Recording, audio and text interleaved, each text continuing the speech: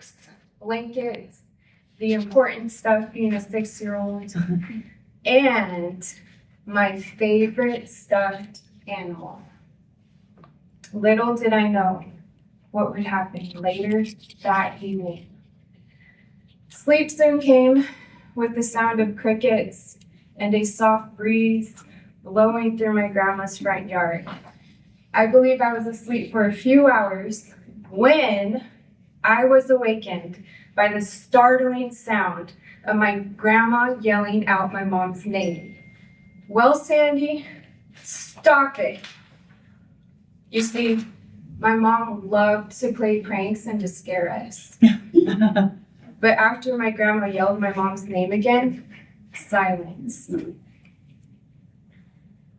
As we sat there in the tent, waiting to hear a footstep, a cough, a sneeze, we then heard a slow, deep, growling sound.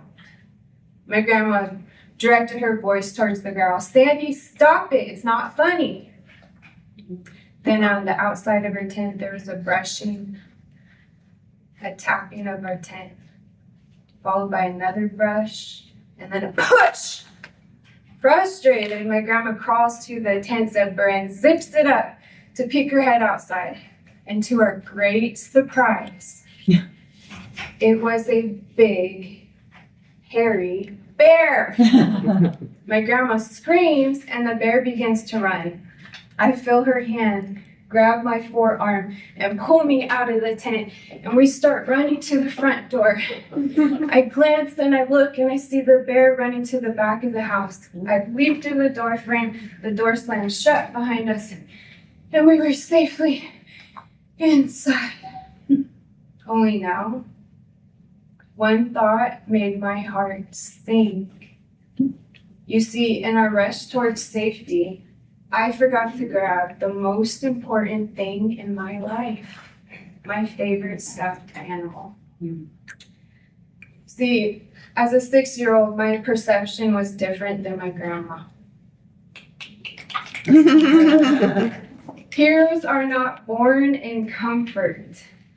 Heroes are born knowing that the only option is to do what's necessary, to save and to protect those they love. I look at my grandma, and with tears, I told her that my best friend was still in that tent. My grandma, without hesitation, said, "Well, I'm not getting it." "If you want it, you do it." My heart hurt for my stuffed friend. I walk to the window and I look outside at the tent, and I thought how scared it must be right now. And even worse, what if the bear comes back for it? Then a courage rose in my heart. I leaned and I looked out to the back of the house with my nose squished against the glass. And I leaned and I looked the other way, stood back, ran to the door, flung open the door, run to the tent, crawl into the tent bedding, grab my best friend, hold it close to my heart, crawl out of the tent and start running where my grandma was waiting. I leap through the door frame and the door slammed shut behind us. Safe now, heart pounding, but we were all safe and sound. My grandma, myself, and my best soft friend.